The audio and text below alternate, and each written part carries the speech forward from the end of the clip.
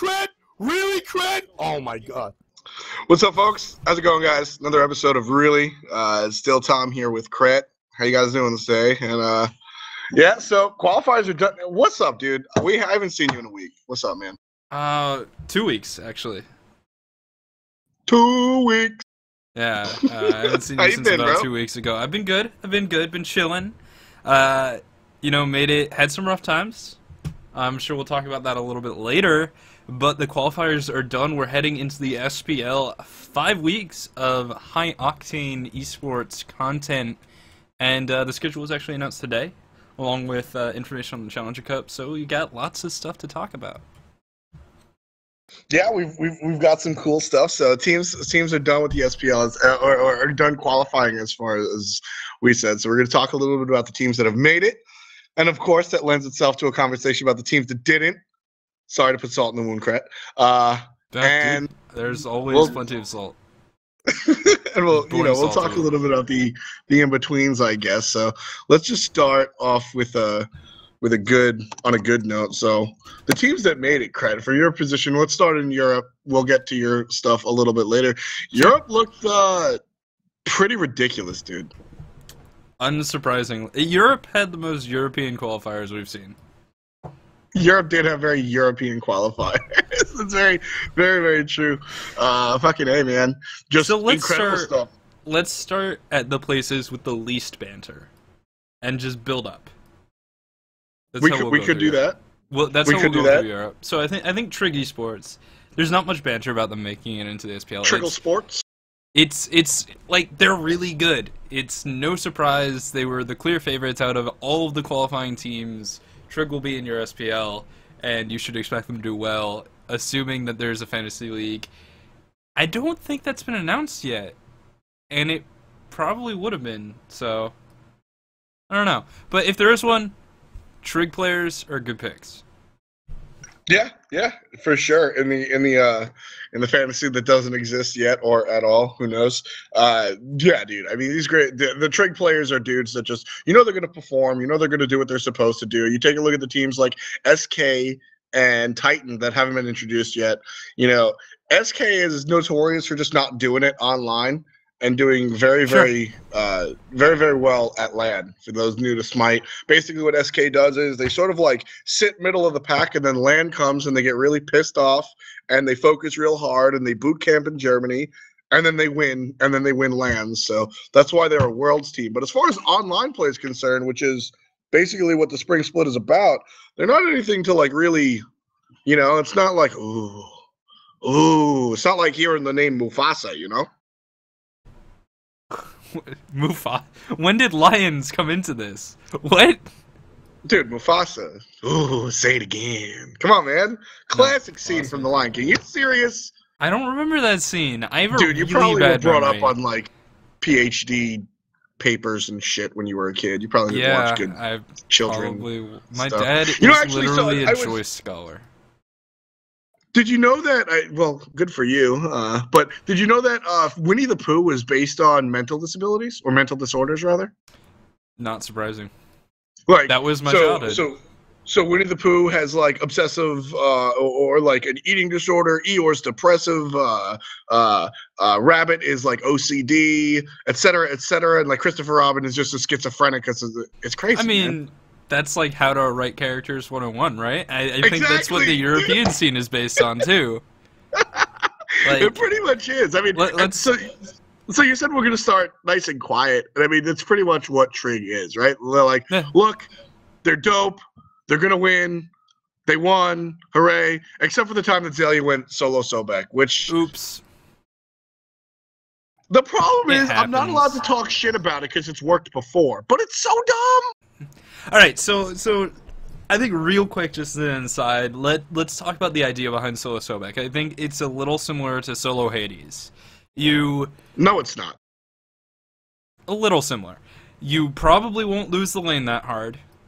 You might have some bullying potential. You're pretty good when your jungler comes to gank, and late game you're going to provide some peel. And honestly, okay damage. No. Okay damage from Hades solo? What are you smoking, dude? Have you seen his ultimate? I don't care. Devour Souls can hit you for 1,000. Oh yeah, okay, yeah. Devourer's Souls can hit you for 1,000 when you're standing in a wave of creeps. Who does that? For 1,000. Who does that? Who stands in like a wave of creeps? Devour Souls hitting hard, it can, but that's like saying situational. It's a situation that you put yourself in the position to capitalize on. I mean, to an extent, but that's also like saying like Yen Assault's OP because you can snipe people across the map for 800 damage. Like, yeah, it hits really hard if you're hitting above 400 meters, but you're probably not. Or it's like Scylla ult's OP when you get to the 3rd reset. It's like, yeah, but most of the time you're not getting there. Sure, I agree. Minions pouring into the Titan, you attack the Titan, you kill them.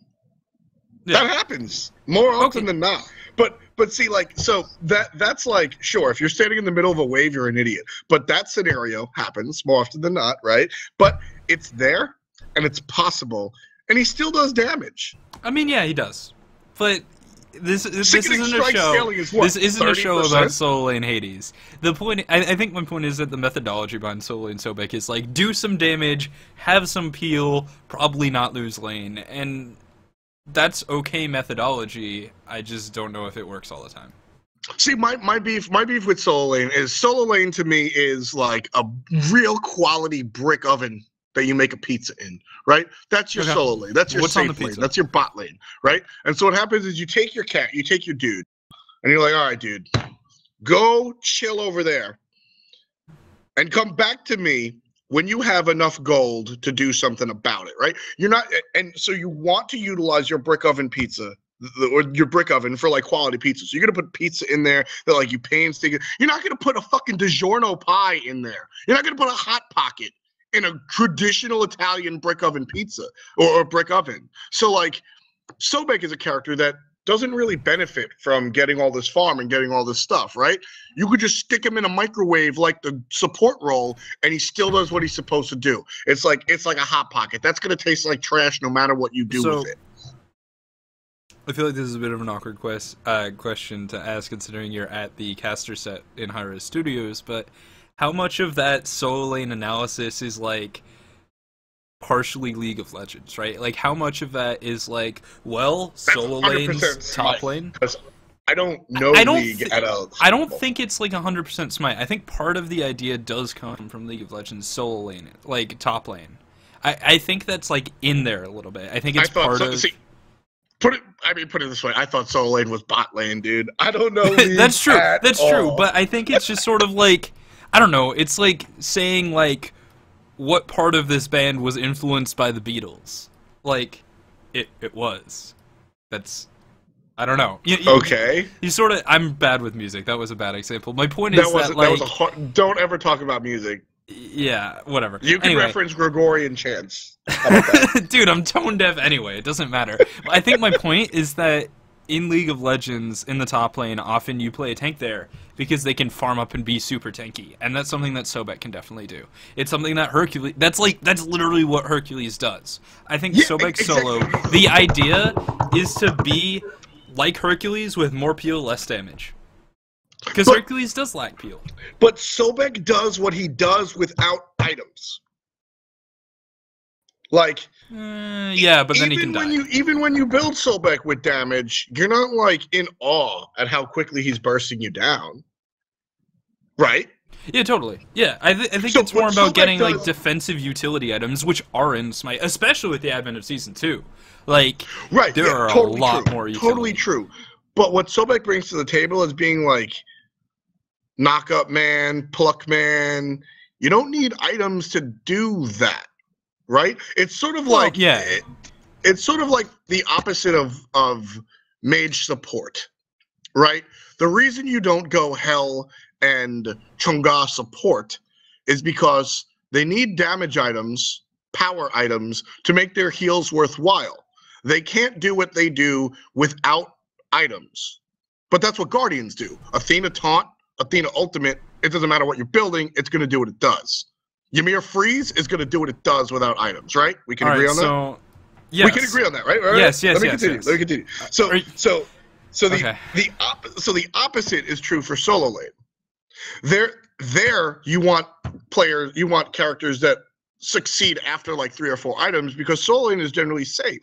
So you stick a Vamana there who like needs 4 items to make an impact. Vamana with 1 or 2 items isn't going to do shit. That's why you don't play mid Vamana.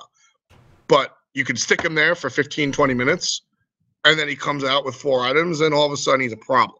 You know what I mean? So that's sort of like that's sort of where I was going with the oven. Like, but there's you a put counter characters there, you wait argument. for them to farm up. But there's a counter argument, and that's your classic bruisers like Hercules and like Tyr, where you get 2 items, boots, Jodens. It's really the core of their build, and then the rest of your build is just to keep you relevant, right?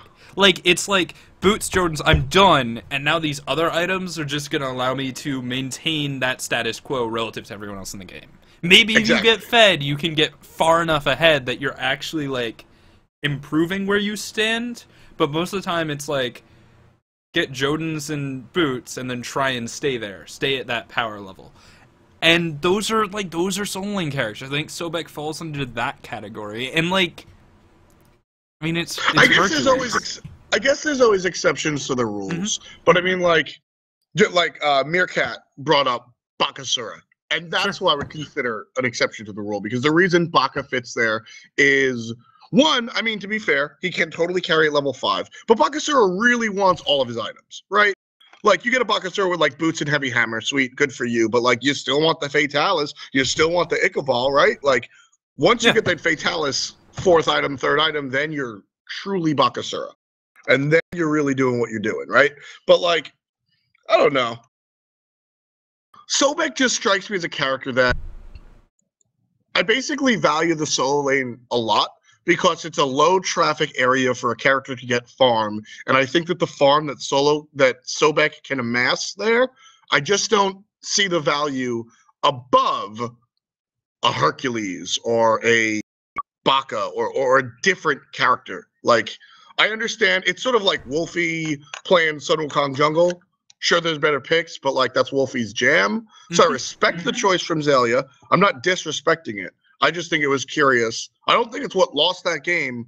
I don't think it was the correct choice there. Okay.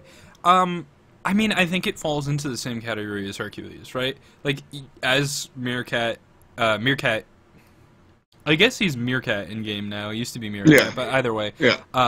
Solo laner from Cognitive Gaming, who did qualify into the SPL, congrats, said in chat, like, yeah, solo lane definitely is good for gods that can do a lot when they're ahead, and that's something that Hercules and Tyr can definitely do.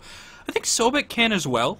Okay. I think when you get ahead as Sobek, when you're fast and you've got that extra move speed that you're building and you've got the extra tankiness, you can go for the aggro plucks. You can go for the plucks that would get a support Sobek killed, but you're tankier. And so you can maybe start fights that... How are you tankier than a support Sobek? Sobek actually has incredibly low base stats. He's got 80s to your base stats. And you're getting your items faster, is the thing. Oh, you're talking about timing. Okay, yes. I'm talking about timing specifically. Like, you're faster because your item's done. Gonna buy fucking tank items. No. You're faster because your item's done 7 minutes faster than the support would be. Right. So maybe you could start fights that you couldn't otherwise, and you can throw yourself in the way of the hunter, and you can disrupt more, and you're higher level, and you'll do more damage. And the important thing to remember about Sobek, someone pointed me that out this recently, and I realized it is really a big deal. Similar to Kabrakan, he has 4 damage abilities. There are 4 abilities that do damage. Not many gods do that, definitely not supports. I mean, Charge Prey is not a damage ability. But it does damage. And as you level it, the damage increases, and that's super important, because it increases the damage that he can do over time. And by a lot more than... it matters more than you would think. Soul Reaver Boys. And Soul Reaver Boys, yeah. I mean, it's just you get a lot more farm, you're a lot tankier, and you can Sobek harder. I suppose. And, you know, basically what happens is it's the balance of the team, and with picks like Solo Sobek, you start getting into this weird, or what I consider frankly, a better game that some other MOBAs do, where players start to get numbered like basketball, Okay. 1 through 5, where you get your number 1 carry, right? And like your number 1 carry is the hunter by default, right? He gets the most farm. Well, on some team, like perfect example is DJ Pernicus jungle compared to Replicas jungle, right? Replicas is going to go Kali and try to be a hyper carry, and DJ Pernicus is going to be Chalk or Thor and try to control shit, right? Different mentalities, same position. That's what happens when you pick a Sobek solo. You have to pick like a thicker or more hyper carryable jungler or mid laner. You know what? You have to keep that in mind. And I don't think the draft was perfect from Trigg, but I mean, I don't know. I will never like gods like I will never like Guardians in the solo lane because I feel like what they bring to the table is done without items. But I understand what you're saying, Krett. They get the I agree. You get the farm faster on the Guardian point to an extent, but I feel like Smite has gotten to the point where the role archetype words are starting to mean less because what happens within a role is spreading out more. I mean, Ymir and Geb are very, very different characters. Completely. And so, like, you see a Geb in solo, and you're like, what is this? I guess they want to be tankier and have CDR sooner, but what is this? And you see Ymir solo, and it's like, well, he's tapping into the other aspects of Ymir. Exactly. Meerkat is like finally like that's exactly what I'm trying to say. Any god with more farm is going to be good, but the risk versus reward is the wrong terminology. But like the level that Sobek grows in effectiveness with more farm is lower than some of the other gods would grow with more farm. So basically, what you're saying is that's what I'm trying to say. Completely, you don't think the effectiveness of Sobek with farm goes to a high enough level to warrant putting him in solo lane. Exactly. I put that's Sobek totally subjective. Which is fine. Which is totally fine. Yeah, exactly. And I think your opinion is the baseline. Yeah. I think like we just said, Guardians, like who really gives a shit what they're called, Guardian, Assassin, blah blah blah. Sobek is to Geb as Ymir is to Hades or Athena. Right? Like, those are the gods that could do damage. Hades, Athena, right? You can build them and they scale well and they do good damage. Like, if you put an Athena solo, I won't make fun of you, right? If you put a Geb solo, I will probably make fun of you. You know what I mean? So that's sort of where I'm at with that. With that's all considered as far as the solo is concerned. But the way we got on this topic was what spelled the demise of Trigg Esports in week 2. And they fell to number 2 behind Panthera, who we're definitely going to talk about a little bit later. Got a lot to say about Panthera. But so Trigg wound up obviously so flat out EU. The people that made it were upcoming stars who surprised everybody. Really didn't think they were gonna make it. Let's hope they don't thirst it. Trigg Esports, Team Dignitas, who overperformed, I think. I think Team Dignitas was still like expected, right? It's like I think it's similar to Nile. It's like, yeah, I can understand that they made it in. That's fine. They did well. They performed. They had a good day, and they deserved it. They're a good team.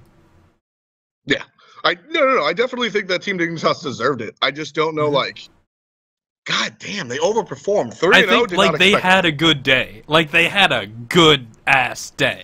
Oh yeah, without a doubt, they had a great day, and I think that's the core of it. Like they had a fantastic day. So you got Team Dignitas, who I think overperformed, and I think we'll see them middle of the pack. I definitely don't think they're a bottom tier team, but I don't know if they can really topple Trigg Esports and Titan on a regular basis. So you've got Trigg Esports, Team Dignitas. Upcoming stars, and who's the 4th?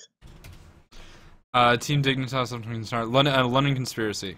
Exactly. LC, they're the ones that beat out Panthera, and we'll talk a little bit about that. So Team Dignitas, as I said, that's Young Bay's team. I think Young Bay's team will perform averagely. You know, I think they're a good squad. I don't think they're a great squad, and I think they're far from terrible. Okay. Yeah, I mean, so London Conspiracy getting in and Upcoming Stars getting in are the 2 teams that were surprises, right? Yeah.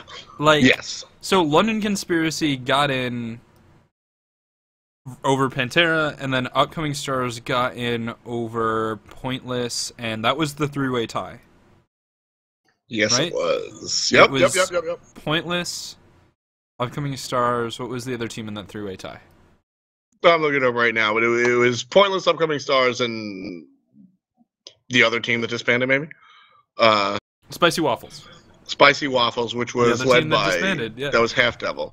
That was Half Devil, and that honestly was unfortunate, man. Can we just... I want to give a shout-out to my man Half Devil. This dude, like, good player, quality player, tries hard, wants to do it, and just gets shit on. It's like, he's just not... Players just don't think he's cool enough, and I think that's really lame. Yeah. I don't know. Like, I don't want to discount player opinion, right? I feel like that's legitimate. Like, if all of the players who are playing with Half Devil are saying something similar, that the basic version is he's hard to work with, right? Something like that. Not getting into it, but something like that. Right, yeah. I have to, like, I gotta feel that. I gotta respect that. They're pros, they know. And, yeah. You know, the other thing is, like, Shadow Nightmare exists, like Frostiak exists. There are other players in the scene that are hard to work with.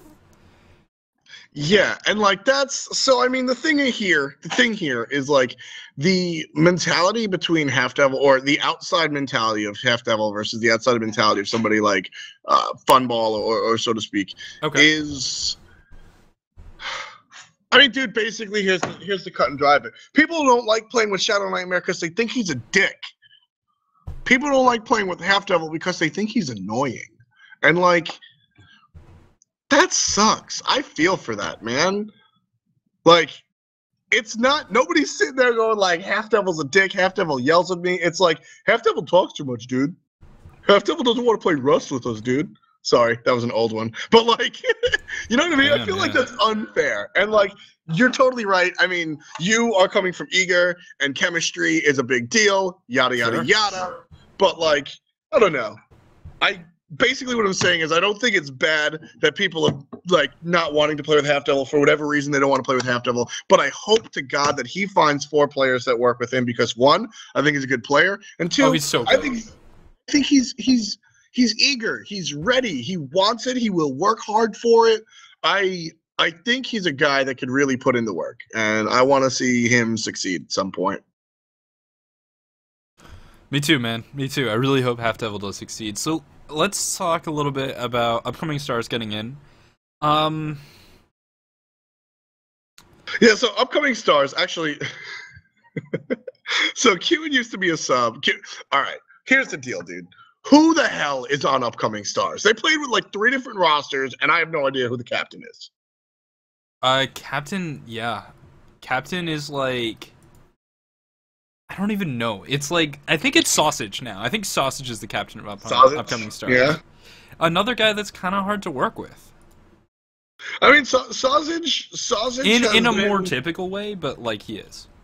Yeah. I mean, you know, moving away from, like, I think Half Devil's a special case, but just as far as, like, BM or yada yada yada is concerned, like, that's sort of like Sausage's deal. I mean, I've never played with him competitively, but Sausage is one of the dudes that I've spoken to so for example, a little more than the EU in world. chat, Phalis, who is on the team, says Frosty is captain. Frosty. I have no idea. Yeah, Frosty's immediately. captain. Get Fisher says captain is Qin. Get Fisher, a member of Elo Fisher's part of the EU scene. Like, that's the points that we're making. Who the fuck is on this team? Who is the captain? Dude, I looked at Twitter the other day, right? And Qin, I know you're in chat, and it's probably gonna suck for you, but I got it. Dude, I looked at Twitter the other day, and somebody was like, who's the captain of Upcoming Stars? And Qin responded, me. I'm still on the team. There'll be a Reddit post tomorrow. And I think it was a fails. Somebody responded with, please clear everything with me before you post on Twitter. Like, homie got punched in. Like, that's like mom coming to, like, prom or your, like, Cub Scout meeting and, like, telling you that you didn't change your underwear in front of all your friends. Like, That sucks, dude. But I think there's a lot of uncertainty on this team right here. Sure. And I think that is a question going into the SPL that they need to nail that down. On a serious note, that needs to be nailed down. You know, I think the question going into the SPL that the team has to answer is, was it a fluke? Right? And, Sure. like, given the format of the qualifiers,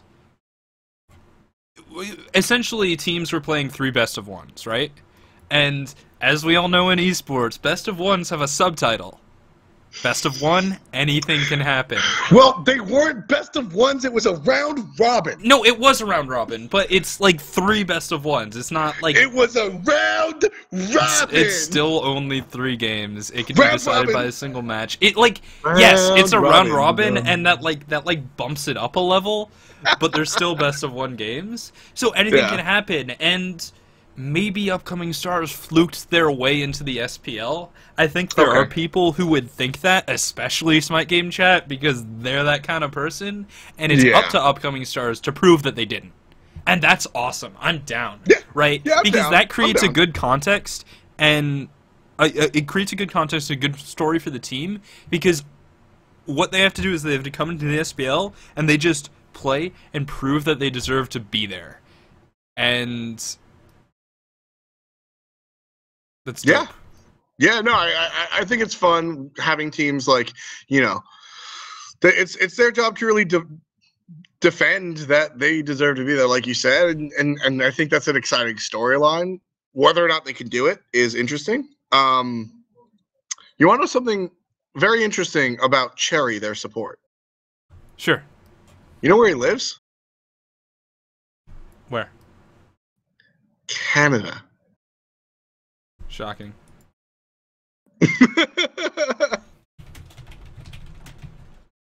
So, I mean, there's a ping thing. There is a disorganization thing going on, as far as the players not really knowing what the hell's going on. I think all that, like, impacts the team. I think that's a big deal. No, wait, he's from Egypt. What? Apparently he's from Egypt. He's... what? What, like, is he, like, from Canada in, like, documents or something? I mean... Whatever. Europe. Like, all right. Shocking. Hashtag Europe. That wasn't even a joke. I'm so... You know what? He's Ataraxi's older brother. Before chat hits me with it, he's Ataraxi's older brother. Actually, because of Twitch delay, someone already said that. Really? Yeah. Get Fisher. On point. Well, you know what? No! He is! Are you joking? Is everybody European from upcoming stars?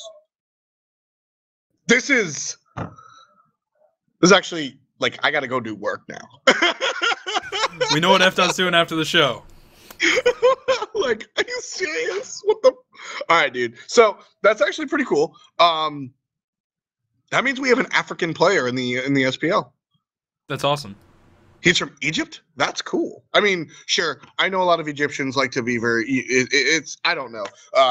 Ethnocentrism is very strange to me because, like, I don't have a race, so I don't really understand all of that. But Egyptians tend to, like, be really into, like, being Egyptian and not from their own continent, yada, yada. Either way, I think it's awesome. I thought it was a ping thing, and that was going to be weird, but, I mean, Egypt's still far away from Europe. I don't know, dude. Whatever, man.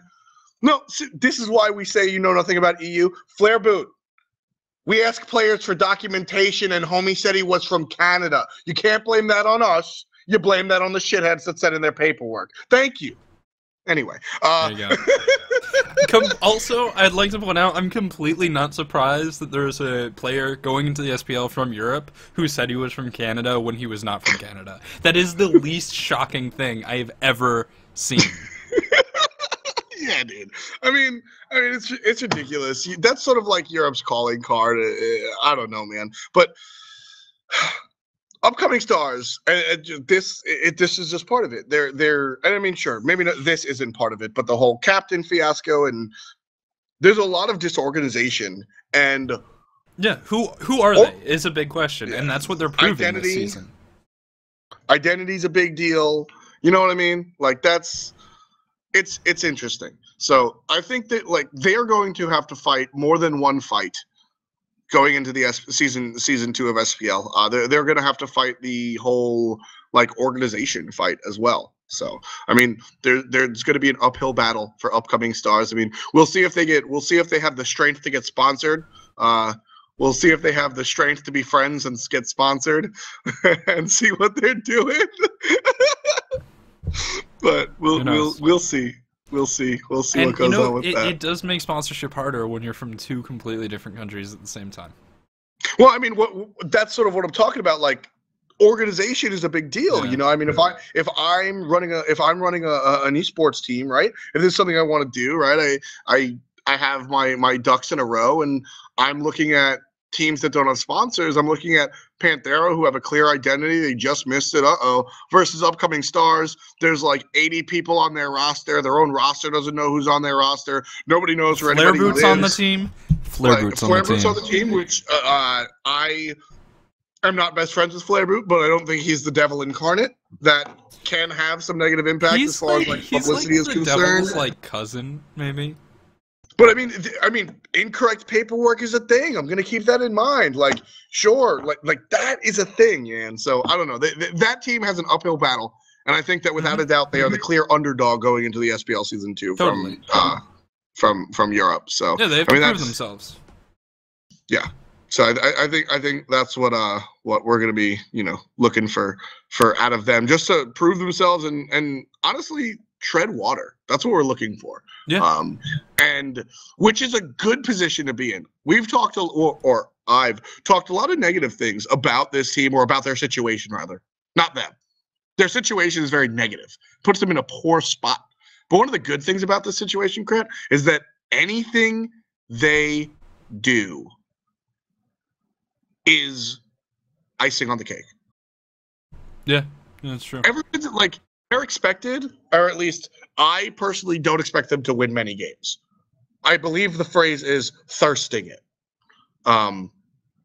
Any game they win, I will be impressed, and I will be like, that is more than I expected. So they're in a great spot. They can only go up from here. So there's a plus and a minus to being in their position, but I think they are the team that definitely has to prove themselves the most. The other team in Europe that has to prove themselves, London Conspiracy, making it to the SPL. It was close. They beat out Panthera. And I'm going to let you take the lead on this one, because I don't know how much of this we want to address, honestly. Well, put it this way. I'm writing an article, and the headline is Panthera. DDoS or nah? All right. So I mean, basically, here's the deal for everybody that missed it. Panthera was like the bee's knees. Week 1 of the qualifiers, they lost to Trigg Esports. Week 2, they beat Trigg Esports. Like they were good. They were just 1 and 2 teams. Going into week 3, they get knocked out because their jungler had bad ping, which some people blame on DDoS, which some people target from that. Some people blame DDoS and even go so far to say that it was actually LC, London Conspiracy themselves doing it. It was Suntouch's mom, obviously. Yeah. He just wrote that down. Did you see that typing on the laptop? He wrote that down. Suntouch's mom. I actually did that. Did I say jungler? I had Ninja Bobat in my mind. You assholes have similar names, dude. Ninja Dimmy, whatever. I knew it was the player. Yeah, they're like real-life friends. That's why. Dude, I like casted the match. Clearly, I know what positions you play.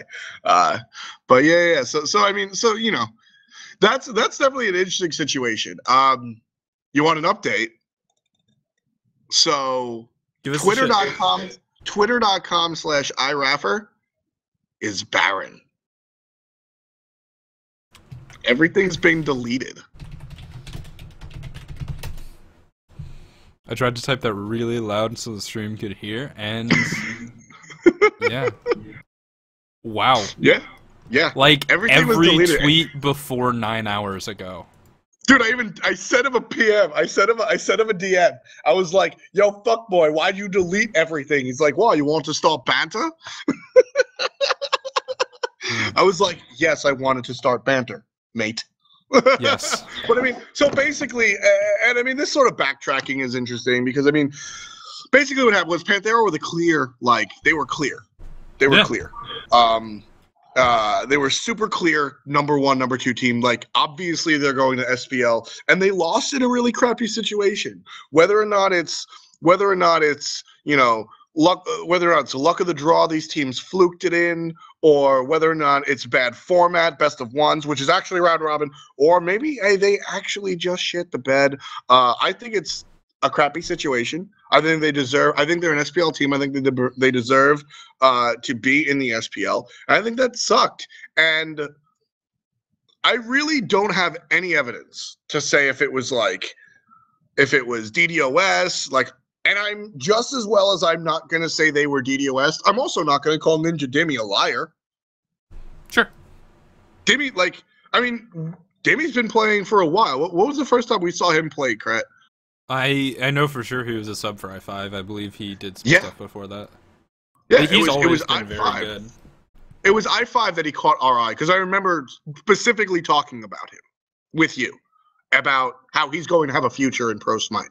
Yeah, man. And he's a good player, and he's never done anything that makes me go, I don't trust that guy, or that guy spews bullshit, right? Mm-hmm. But at the same time, I also don't have, like, you know, I don't have the glove that fits, you know, to really like say yes they were DDoS. Yeah, I mean, I'm in no man's land here. In chat, Ninja Dimmy did comment. Shout outs to him for and he like this is very responsible.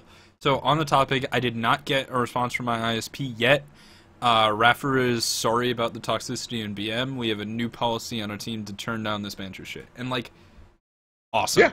That sounds exactly. like the correct thing to do. People definitely say things when they're heated.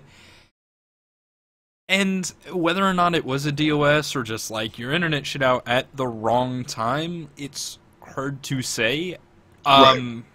From personal experience, long time ago, I played in PAX East with Borderland Gaming up against Copenhagen Wolves. And KO, shut up! I'll fight you. KO. Krett's war stories are just as bad as Adonis and Pecky's. God, yep. Keep going. So KO and Spoo. KO on my team, Spoo on Copenhagen Wolves, were DDoSed at the exact same time. They both went online by the same person, like he tweeted it out. And Spoo reset his router and got back on, and KO didn't. And they won because it was 5v4. And, like, you just kinda have to hold that. It sucks, but... Race to the finish! Like, yeah, what else, what else can you do? Dude, it totally sucks. Like, yeah. I mean, if you have a fire drill in your dormitory while you're playing an SPL game and you gotta leave, dog, we're not replaying it. Like, we're just not. Well, especially, and so I think it's a little bit more clear-cut in a tournament like that, right? Where it's like, this is a tournament, you go on to the next round, which will be played in an hour. Yeah. If your player is getting DDoSed, they can't play this game, and they won't be able to play in an hour, probably not in 2 hours, so there's no point in being like, well, you were up 10,000 gold and 5 towers and 2 phoenixes, because you can't play the next game anyway. Exactly. Yeah. And I mean, like, it totally sucked. And I mean, like, whatever the reason is, whether it was DDoS, bad internet, maybe Ninja Dimmy is a bold-faced liar and he just sucked, you know? I don't think that's the truth, but let's just entertain that idea. Someone could do that. Yeah, like, it doesn't matter, is what my point is here. Like, it sucks. You didn't make it. You know what I loved the most? So when I saw that Raffer deleted all his stuff, I know I know Craig. Craig and I have worked together. He's a real cool dude, and I knew it wasn't like a pussyfoot backstep, right? It wasn't like oh no, I like got it wasn't like I got drunk and posted something on Facebook, so now I deleted it. It's like Ninja Dimmy said. I believe that. I don't think that's just PR. Like oh no, we're gonna like clean up our image. Mm-hmm. I don't think that necessarily stops sponsors from wanting you, as a lot of some of the more casual fans might think that like, hey, BM makes you unapproachable by sponsors. I don't agree with that. It's something to think about for certain organizations. But I mean, like, think of all the BM pros in all esports, right? I think that's a thing. So regardless, it shows to me that blah blah blah. The takeaway from it is that Ninja Timmy said, no, as a team, we've got new shit, which means they're going to stay a team. Yeah. Which is what I care about. And that's because awesome. nobody else does. It's also a point we're going to touch on later in a different perspective. But I think the other thing to mention is to talk about the solution. And unfortunately, that's not... Well, there are two. The first solution is qualifiers should be held on LAN. Right? Like, that's the ideal, because then you can't... Like, if it ain't about the money... Yeah, but it is about the money, right? But, like, that's the ideal, right? That's what would be awesome, because then... I mean, there's no bullshit. I mean, the ideal is to have a strictly LAN everything, but that is not realistic for an up-and-coming like, specifically to qualify for the SPL. Like, that's the kind of thing that playing on LAN, like, makes sense. Maybe not right now, not from a financial perspective, but it makes sense in terms of integrity of sport. Yeah, I feel you on that. I definitely feel you on that. And believe me, especially here, like being like with Hi-rez, integrity of sport is something that like it's important. Yeah, and I mean, like, I have a boner for it, and I came into the office and like I still do, you know. And Adam, APC is an ex-pro, so that's always how we attack it. Ex-pro and tribes. APC and I always come from the corner of, but does it protect the integrity of the game, which is always important. Sure. But like, there is a push and pull there, you know, like when it's rough. So it's a little rough to make qualifiers. That said, in the future, who knows? That'll be cool. I know LANs are cool. Is having the Challenger Cup not be bullshit, right? Like, have the Challenger Cup be good is another solution. So it's like, You think the Challenger Cup was bullshit? No. But having it because I have a very rich young man named Ataraxia and 4 of his friends and 2 of their friends to introduce you to. Okay, yeah. If you think the Challenger Cup doesn't mean anything, Krett. That's, first of all, that's a bad argument, right? That's like like you could have any method for qualifying into the Pro League, right? Like maybe they have to beat all of their team with a flawless victory, and then it's like, yeah, they won Worlds, the Challenger Cup's great, right? Like, that's not a great argument. I'm not going to let you have that one, but it's also not my point. My point is, if the Challenger Cup is good, then there's a support system for the teams that will be there next season. So you can have players who aren't in the SPL this season, but are going to come back in. And that's important. That matters. You want relegations to be scary. And well, yes, I'll cut you off there. That is no one's fault at all. That is growth. Yes. That is just player base. Like, no, but it's also having the Challenger Cup like be good. That's part of it. What do you mean by that? The talent levels? No. I mean, like, the format and the way it's run and operated has to be there as well. And yeah, I'm not saying it's the reason why teams are disbanding. I don't think it is. But if the Challenger Cup's really good, then it shouldn't feel like the bracket of shame.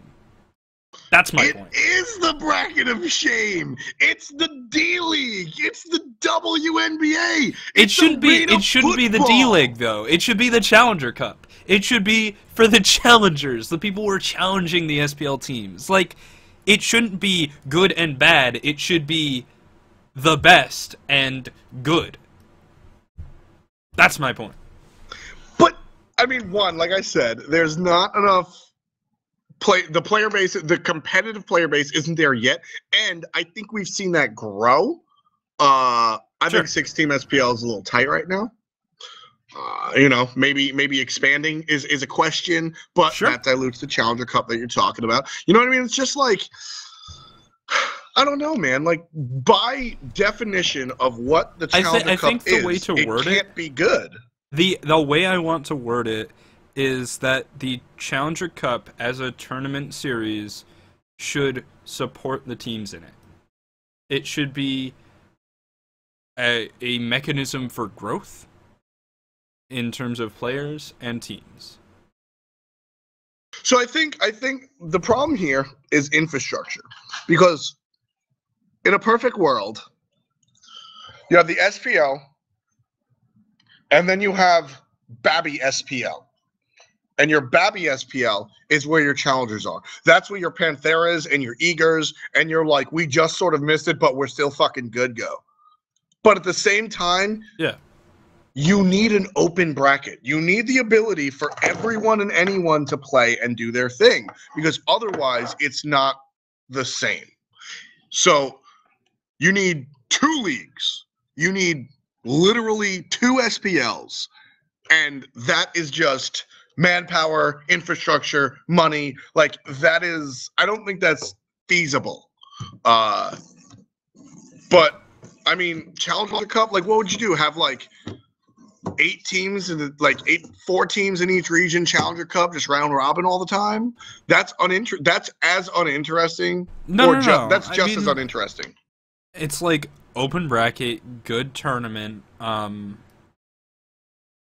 Like basically last season. I think last season the Challenger Cup was perfect. And like it's just do that again. Maybe some optimizations. As Meerkat mentioned, it's 4 hours of throwaway games and one of some that matter. And that's what it's going to be with open brackets, though. Well, but you can like do what we did in the first 2 weeks of the qualifiers, right? And seed in the top 4 teams to the semifinal or to the quarterfinals, right? To be fair, like we never did. To be fair, we did do that. Challenger Cup teams amass points, and their points seed them based on their. No. I mean seed them directly. Seed them directly. Second so like bracket. And that I think does make more sense, because then you don't have teams getting killed because, oh, sorry, you're up against Panthera first round.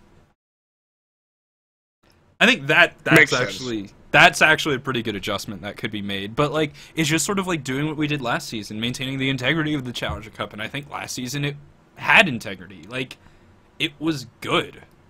Yeah, it needs to continue to be good. Yeah, I mean, like, so, I mean, maybe I'm a little biased because I fucking ran the Challenger Cup last season, but I think as far as like integrity is concerned, I think it was a good state. Production value, you're not the I don't think production value is crucial. I don't like production value is crucial to virtually everything. Could it have been brought up from where it was? Sure, but the problem is you're never going to get Challenger Cup broadcast from like SPL. Like, you're not going to get Hi-rez Studios. You know what I mean? And to be fair, in my personal opinion, if we had $1 bazillion, it shouldn't be. Yeah, no, I agree. Like, once again, looking at League of Legends, and League of Legends is different because Challengers goes through the game client. What do you mean? Challengers is the in-game ladder.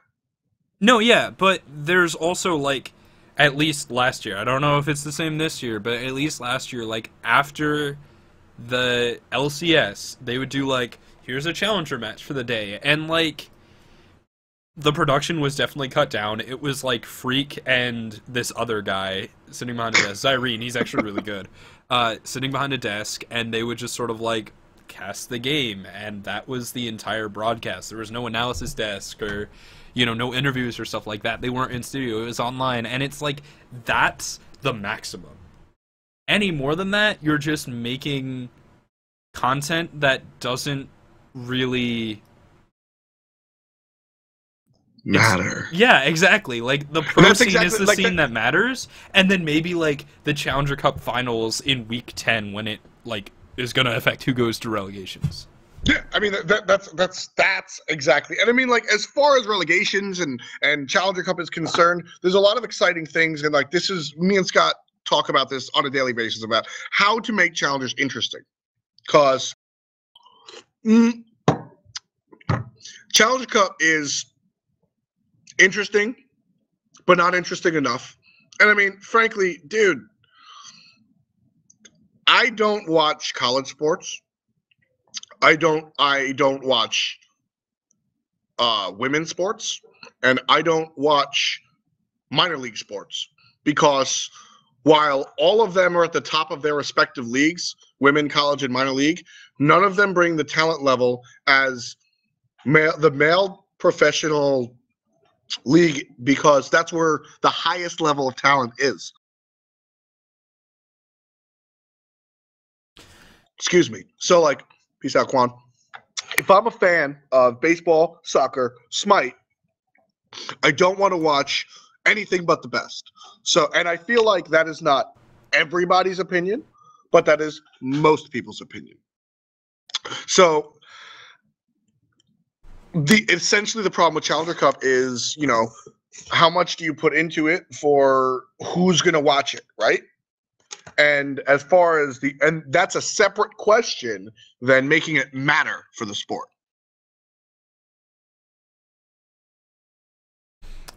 I don't know. I mean, I think my point is that the Challenger Cup needs to support the people in it who are your challengers, like who are literally the teams that will go to challenge the bottom teams in the SPL. That's what it's for, and that's what it should do. The Challenger Cup isn't really... It's not really about the quality of the games in the cup itself. It's really about creating a pool of piranhas to put underneath the SPL. To say, if you are not up to speed with the rest of the teams, it doesn't end well. But isn't the nature...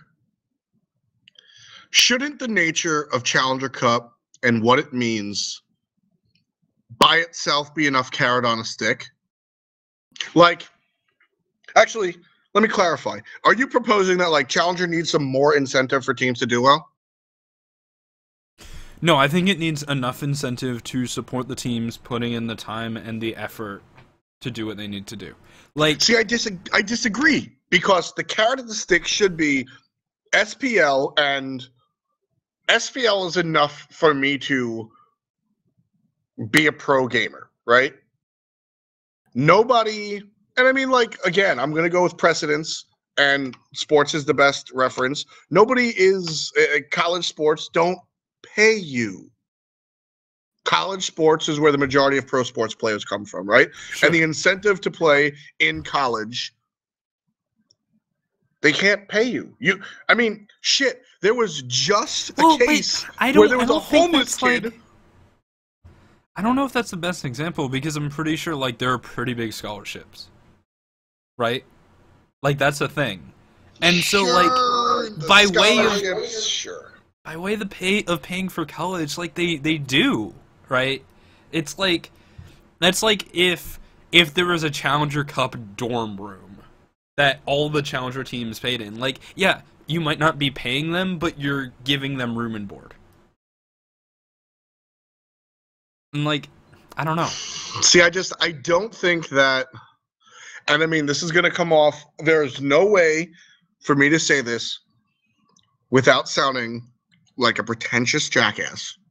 That's okay, you are one. But why the fuck should Hi-rez have to do that? Why should the league provide any sort of incentive for you to try to chase your dream? Your dream should be the incentive enough, and if you have hardships doing it, sorry, bro, that sucks for you. Once you reach the Pro League, that's different. The Pro League is different, but when it comes to the Challenger Cup, like, it's sort of like earning your stripes, dude. Captain Twig just quit his job. And this is a player that's been playing Pro Smite since 2012. SPL. You know what I'm saying? Like, but I think Captain Twig just quitting his job is something that goes towards my point as opposed to yours. I think Captain Twig just quitting his job is an example of how Smite hasn't and doesn't necessarily provide enough support for its players. Like, look at Eager, Zapman, and Lasses. Where do they make their money? Even when they're at the height of their game, it's streaming.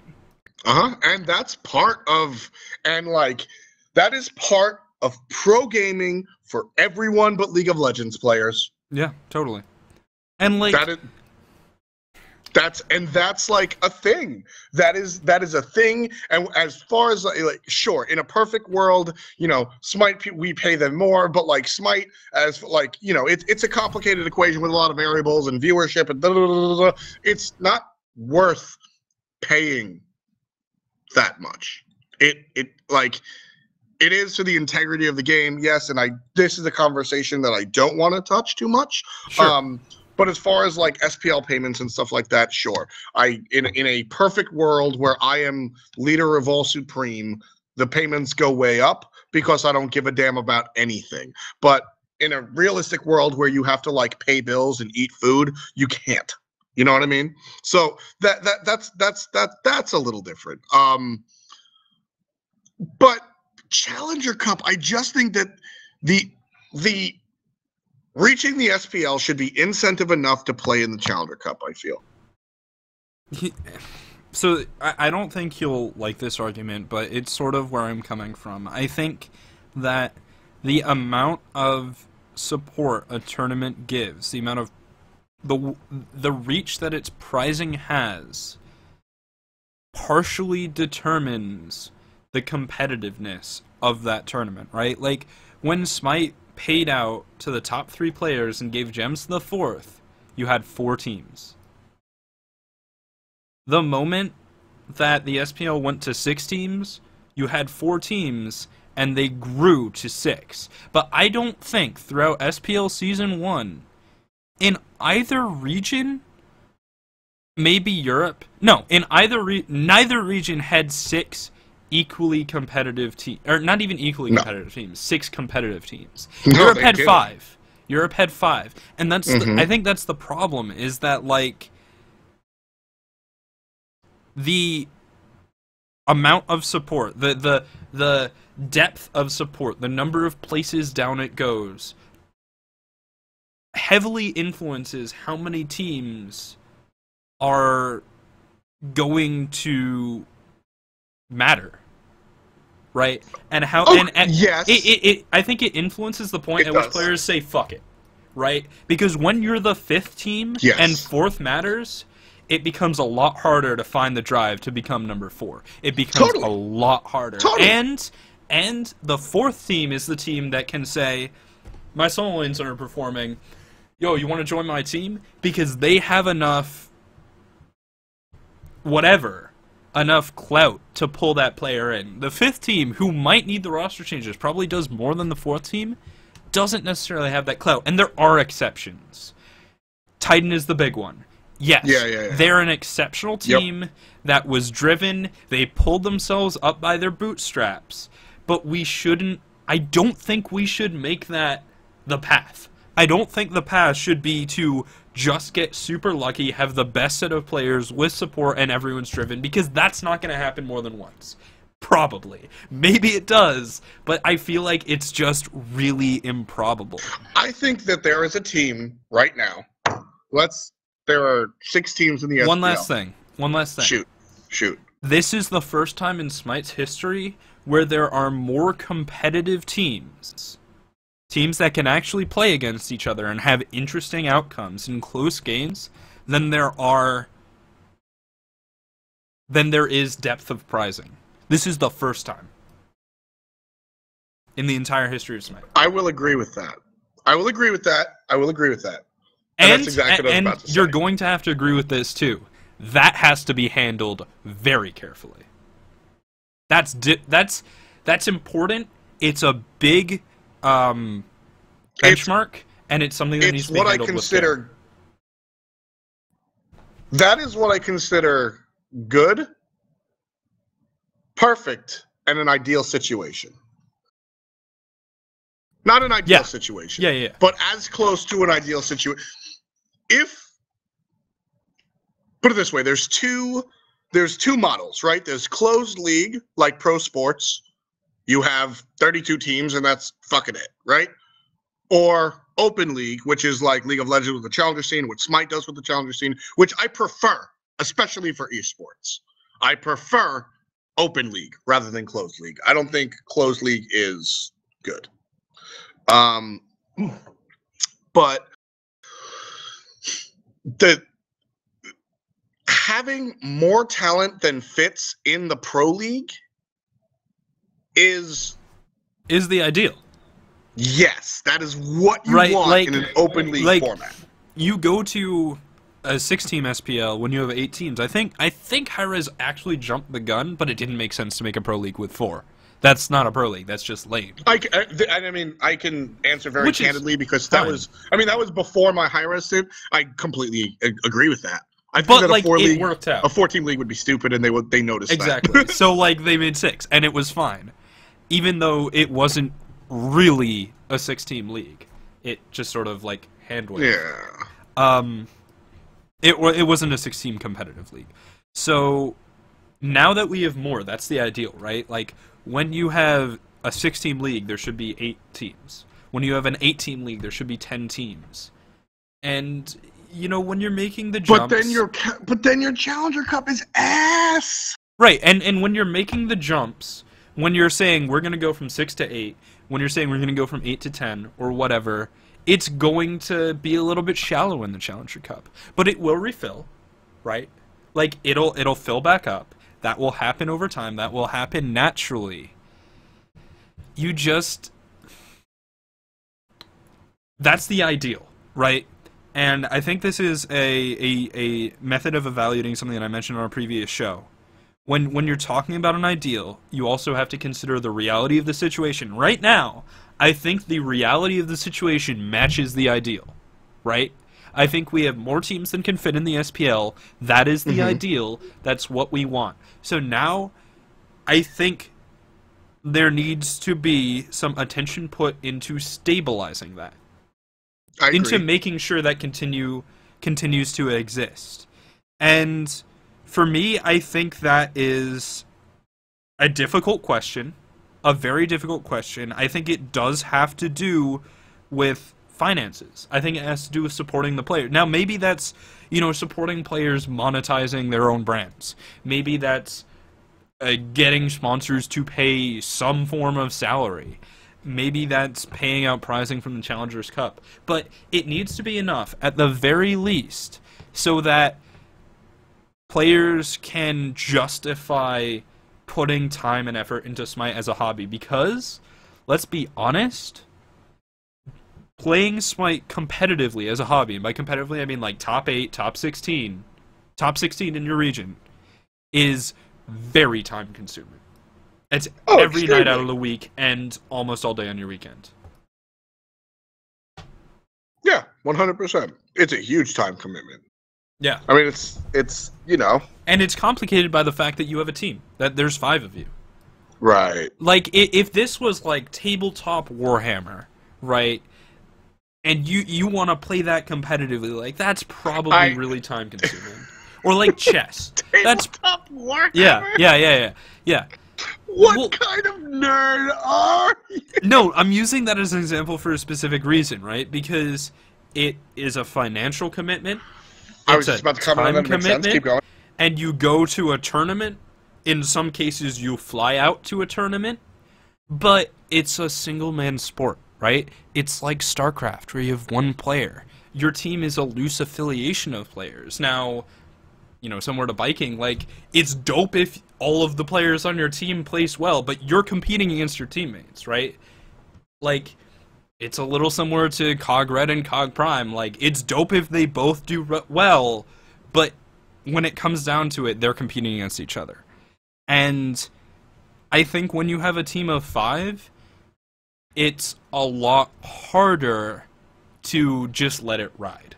Because when you have individuals, you have people who are like, I'm financially secure, I love playing Smite, I want to put the time in to play it competitively.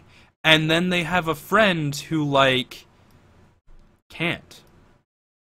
And, well, you know, like, I think the better example. I think the better example that you're looking for, rather than like a StarCraft or like a single person sport or game like Magic, would be the. I mean, the difference between esports is that with traditional sports, minor league players, for example, with traditional sports, minor league players get paid like 20 grand, right? Yeah. Like if you play like AA baseball, right? You get paid like $20,000. That's really not enough to live. It really isn't. But You probably have a roommate or a boyfriend or a girlfriend or something in between. You know what I mean? Like you have some sort of support system because you're just one person. You're just one dude. You're just one girl trying to be on the Long Island Lizards, the professional lacrosse team. You know what I mean? And that's more approachable than Is that actually a professional lacrosse team? Yes, that's an MLS team. That's an ML team. Yes. I hate you so much. But so like, you know, that idea, like MLL, for example, that's what we can compare Smite Esports to, right? Like MLL, Major League Lacrosse, those people get paid like $45,000 a year. They're not superstars, and I'm going in a different direction with this. But I mean, they're not superstars. But you know what? Attackman for the Minnesota Major League Lacrosse team play, or some Midwest, he streams on Twitch and he makes some money that way, and he supplements his income other ways. But the core is that he does what he loves to do.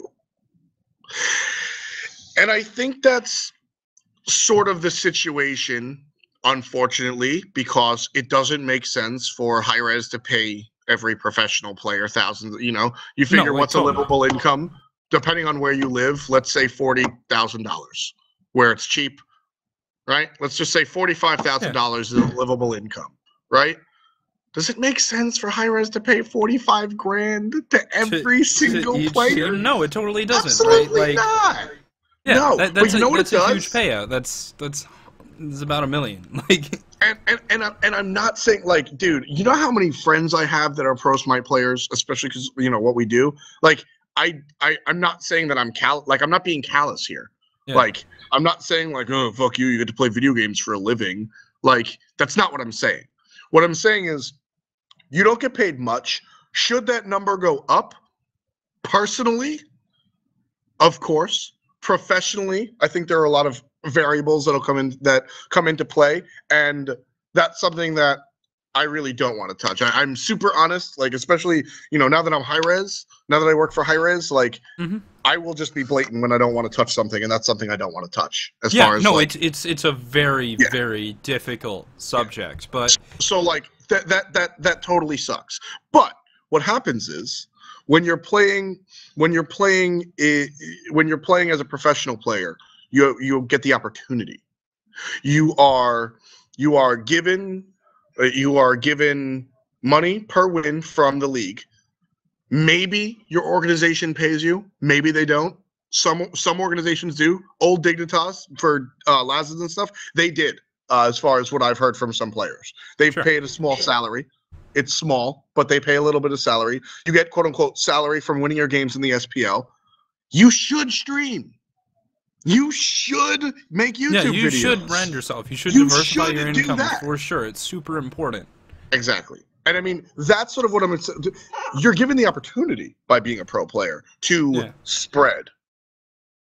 I just feel like it's important for the players that are not pros, the players that are almost pros, the players that are maybe making the jump, and it's very hard, right? Like, you know, looking at the qualifiers, I think there are a lot of teams that I would not call challenger teams. There are a lot of teams that are called professional teams, right? Like Panthera, like Dignitas. I think those were professional teams. Eager as well. And then there are teams that I would call challengers, like Polyjuice and like Upcoming Stars and Busters, where I think they're challengers. And I think though that specific bracket of players, the players right below the professional scene, just needs a little bit of support.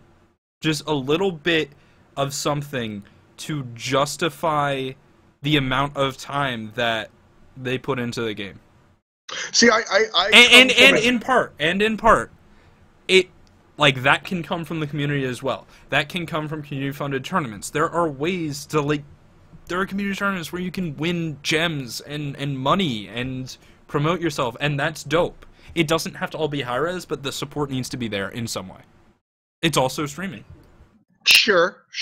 I actually, and this is very interesting, because we generally agree on, like, because it's very interesting to me, because this is kind of the opposite of my political views. Not that we're going to get into that, but it's pretty much the opposite of my political views. I think that SPL should be the incentive to play in Challenger Cup. In a perfect world, SPL would provide enough where you can pick your nose, play your games, and live happily ever after. Sure. Like you don't have to crank out. Like we just talked about how SPL gives you the opportunity to be Voy Boy. Voy Boy sucks, dude. He's not winning, but do you understand how many people watch his stream? You know what I mean? How many people watch his League of Legends videos, and he still cakes it. His team, I mean, it's like Jay-Z said, the Nets could go 0 for 82, and I still look at you like this shit's gravy. That's the idea, where if you get to the point where you can do whatever the hell you want, right, and ignore everybody, you don't need to make no YouTube videos, you don't need to stream or anything, that's an ideal, right? If the SPL provided that ideal, that should be it for the Challenger Cup. It sucks that you got to work 40 hours a week and also put 40 hours a week into this game. But if that's your dream, if your dream is to be a pro Smite player and live comfortably, that carrot at the end of the stick should be enough. I am totally realistic to realize that that's not where we're at.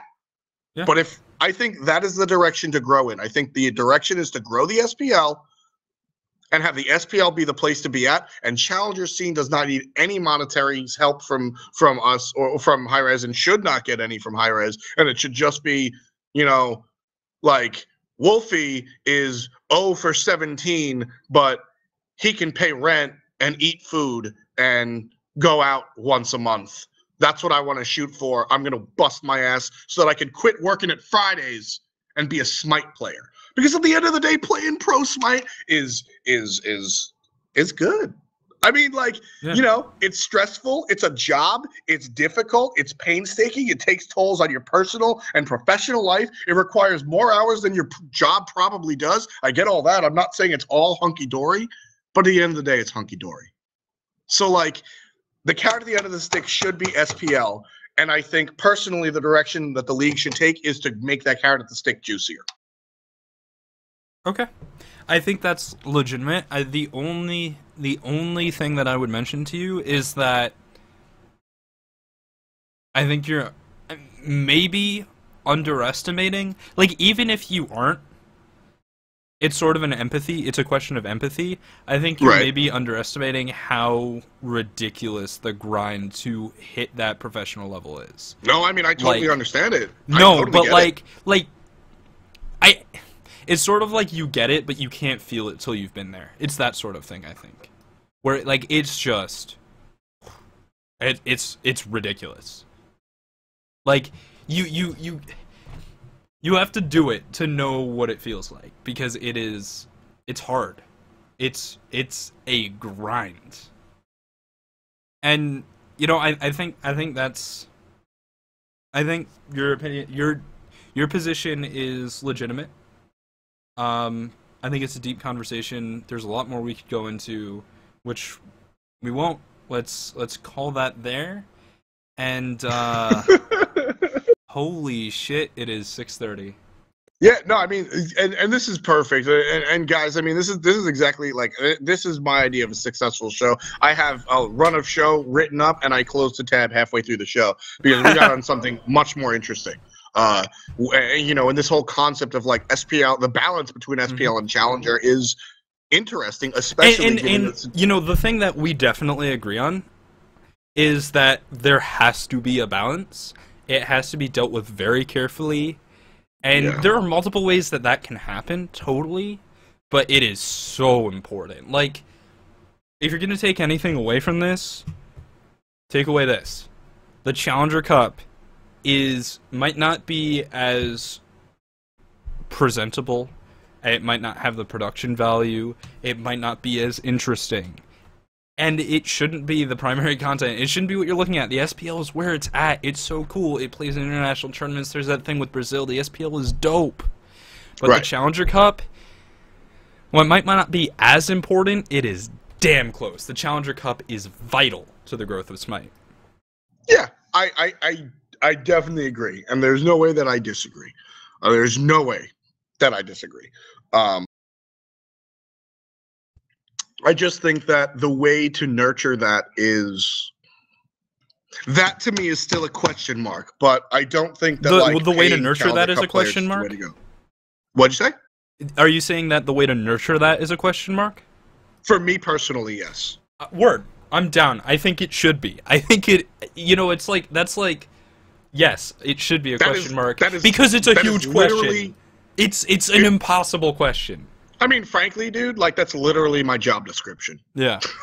like at some point, I will have this conversation in a meeting room and get paid for it. Like that is what we do here. Is we like that's what there is a lot of like desk work and stuff. But I mean, the takeaway is that like this type of stuff is very important.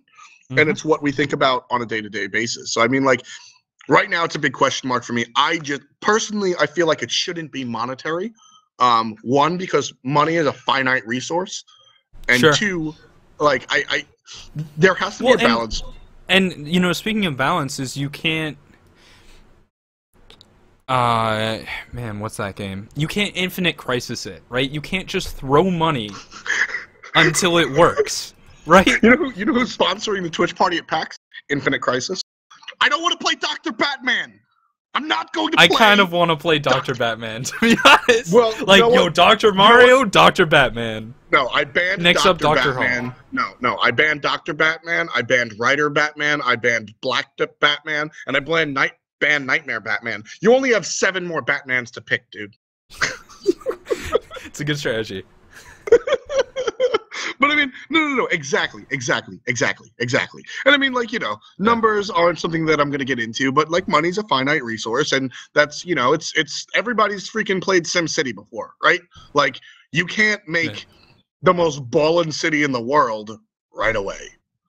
You got to work your way up. You got to start at Boston and then trudge through Chicago and then get through, Memphis. And then like eventually you'll reach New York level. Right? No, you got to start with Detroit. I think Boston's worse than Detroit. Just kidding. Wait, what's the city in New Jersey? Camden? All of New Jersey. Yeah, Camden. You got to start with New Jersey. But that's the mindset, right? And I mean that's the reason people don't come out and like that's why nobody but League of Legends can provide a sustainable it's a thing like that. It's a climb. And then even then, it's like, is that the correct path? Should the league itself pay the players, or should it come from elsewhere? And esports as a whole has trouble answering that question. I mean, personally, in a perfect world, the league should not pay the players because of so many wrong things. Like money, everything from money hemorrhaging to like freaking all of the weirdness that comes from being an employee of Riot while you play for Team Solo Mid. Because that's technically what you are. That's weird as hell. That's super weird. But it's 2014, not 20. It's 2015, not 2047. Like organizations can't pay their players like we want them to. So I mean, there's a lot some can give their players good money, but I don't think that they're. I would be very surprised to find out that an organization could pay their players $50,000 a year per player plus travel and various. But the thing is, when we're talking about $50,000 a year, you have to subtract the team house. Well, that's what I'm saying. You wouldn't like no. But if you're paying for room and board. But would you? Would you? Is the team house and I mean this is I'm going to add this into what we can talk about next time, but is the team house a necessity because it saves money? And the answer is frankly, the answer is yes, dude. Yeah, it does. Yeah. The answer is yes. You know what you do if you have bazillions of dollars? You make a fucking practice facility and everybody lives in their own goddamn house. It's strictly a money-saving thing that the esports industry has accepted as part of our thing. Just like the Excel spreadsheet of MOBA stats at the bottom. with all of your builds and your KDA and your gold.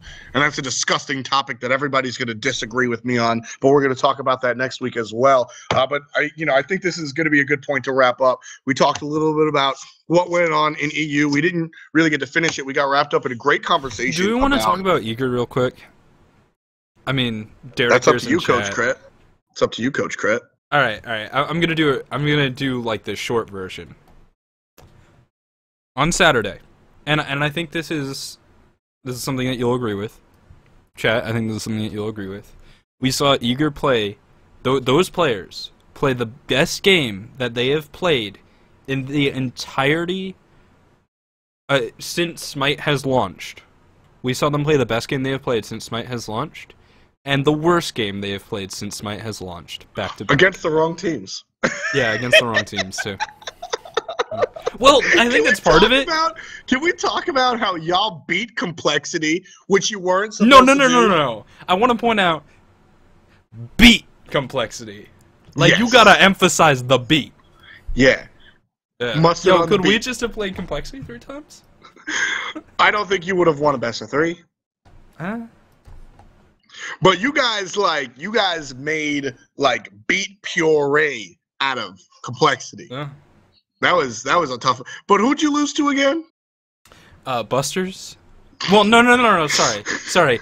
Lost to Team Nomad, which is Jerby's team. You lost to Jerby and Takani, is what No. you're telling me? Lost to Team Nomad, which is Jerby's team, and I don't think we can even call that other game a loss. I think there needs to be a new word. Yeah, dude, you earned it. As Patty Cake said in chat, Complexity game was colon O face, right? Like the O face, the Macaulay Culkin. Then the next game was colon, just no mouth, just eyes, just like. Yeah. What do you say? I don't. Yeah, I mean, so what happened? My professional opinion. Now you don't get to see my webcam, but chat does, so you'll see it in 30 seconds. This is my professional opinion on the Busters game. Like, shit happens.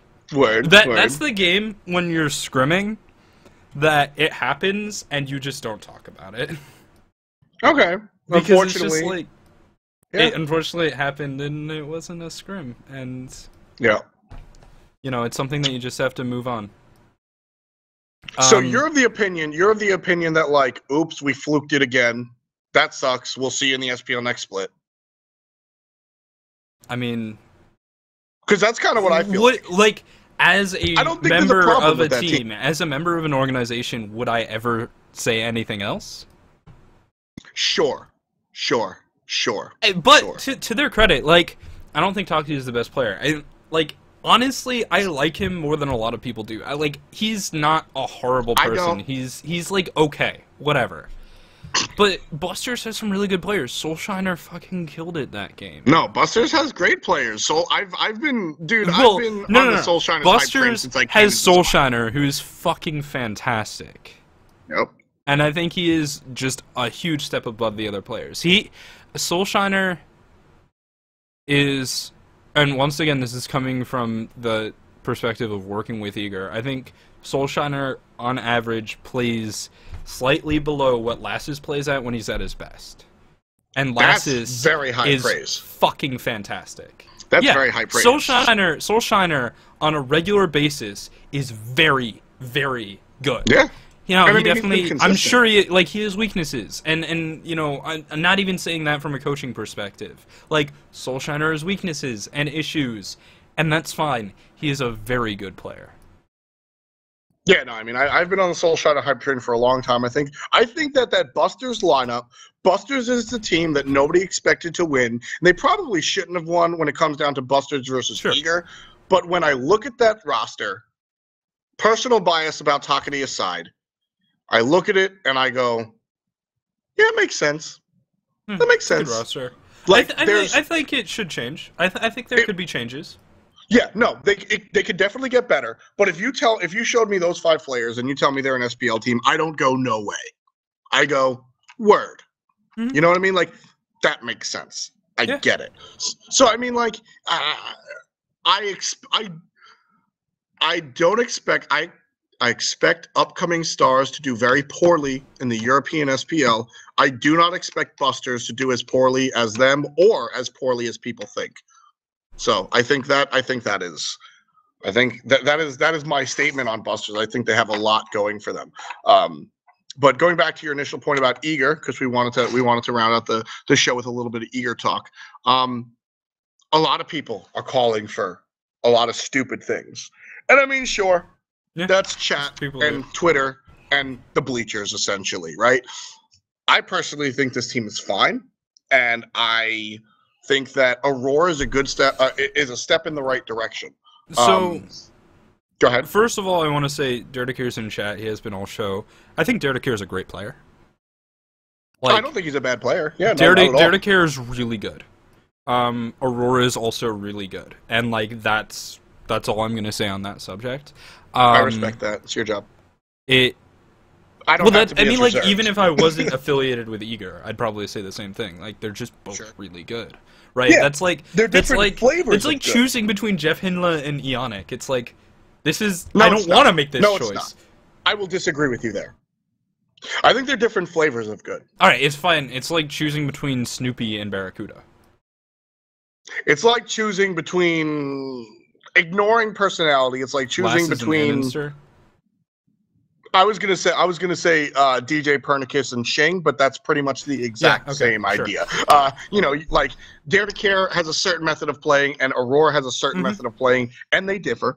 And I'm sure they have a certain, and I've never been in comms with them. I've listened to Aurora play. I've listened to Aurora's comms while he was scrimming with his team. I don't think I've ever heard Dare play with his team, but I'm sure they differ there as well. Here's the thing: losses kept coming. Something's got to happen, and it's not going to be the core three, right? Toli, Zap, and Lazes aren't going anywhere. Yeah, mid laners are harder to find than supports, especially when Aurora's out there. You know what I mean? So the Aurora situation, one, something's got to give. Just fucking switch it. I don't care if you're switching like a carbon copy. Hopefully you're not, and in this case you're not. But something's got to give. Something's got to change. So Dare to Care, we're gonna sit you for a sec. We're gonna see how like Dare to Care Junior plays. You know, maybe they're exactly the same and it doesn't work out, or maybe they're drastically different. Like, I think Aurora's playstyle and Dare's playstyle are a little bit different. Maybe Zap works better. Maybe it's just a certain word he uses. You know, maybe he likes mayonnaise and Dare to Care doesn't. It doesn't matter. What matters is that something's different and that something can change. You know what I mean? So, like, I feel like Aurora's playstyle will work in the same... I think Aurora's playstyle will benefit Zapman more so than Dare to Care's playstyle will. Sure. And that's, like we said, I mean, frankly, Dare knows me well. If I thought he sucked, I would just tell him he sucked. So it's not about him being in chat. It's just still a good player, can definitely play on a high-level SPL team, maybe even this team. But I think that right now, Aurora benefits Zapman better, and we didn't see that week 3. So I think it would be a mistake for Eager to drop Aurora after seeing that he didn't work, because there were moments of brilliance where it worked. And it's also worth noting that Zapman had a completely different play style.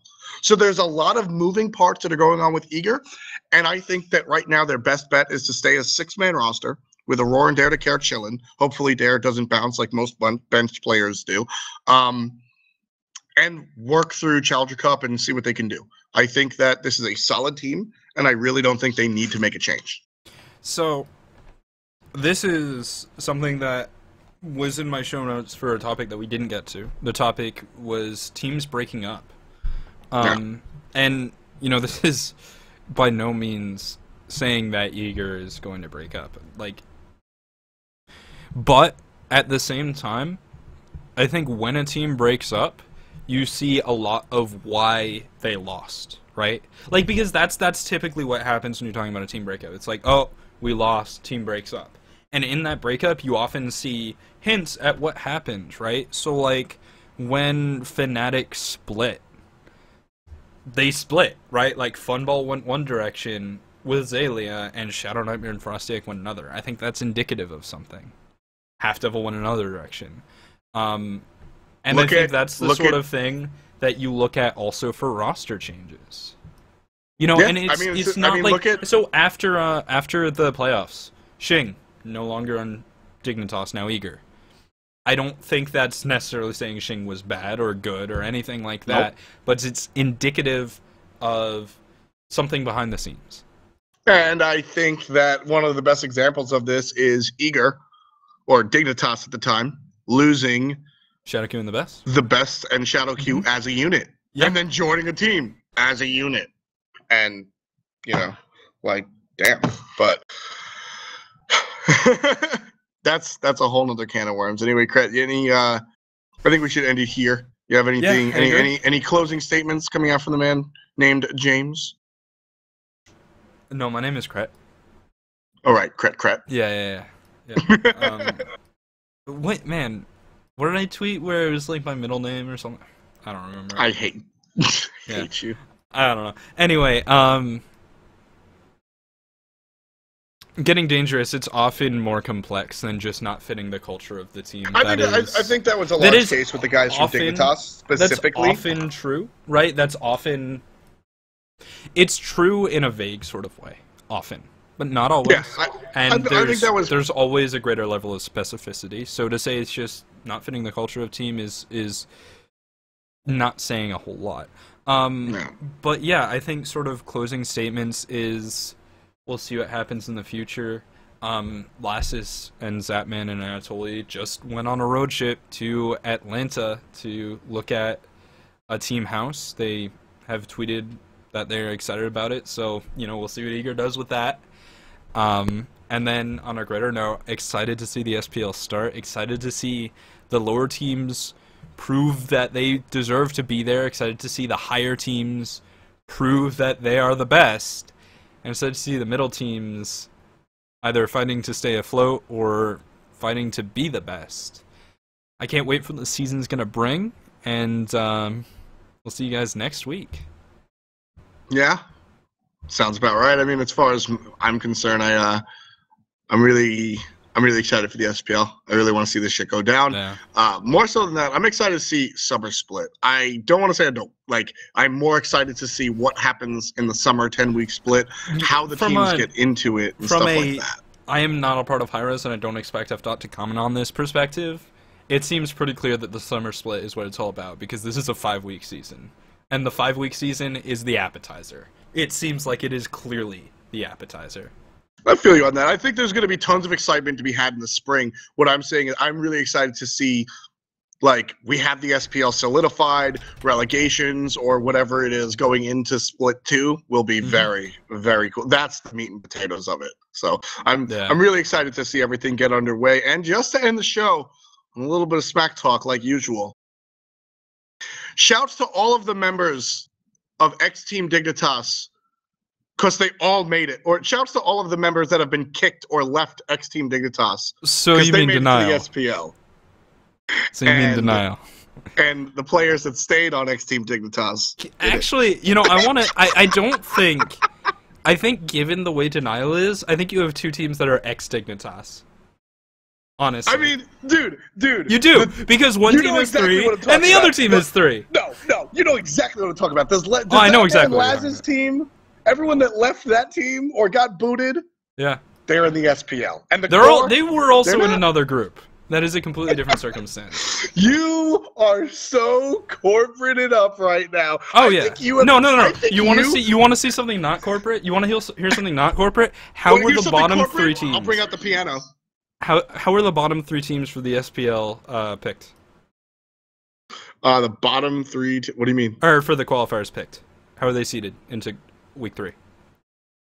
Into week 3? Yeah, Legion, Polyjuice, and Busters. Yeah. They were given the opportunity to play tiebreaker games, and teams opted not to, so that they would get better seeds. Sure. And then the last 2 were randomized, right? The teams that did not play to break their ties were randomized. If Polyjuice was in Group 1, we might have seen something completely different. We would have seen something completely different. I think Busters would not be in the SPL. If. That's a big word for so few letters. It's a big word for so few letters. All I'm gonna say is that this is what we're gonna wrap it up with, Krett. Yeah. I've done a better job this week of being less corporate than you. We're still both pretty corporate. A little bit. Take it easy, guys. We'll catch you next week. Keep it real. We're gonna We'll talk see you a next little bit time. about we'll talk about shit. We'll see you later. Peace. Peace.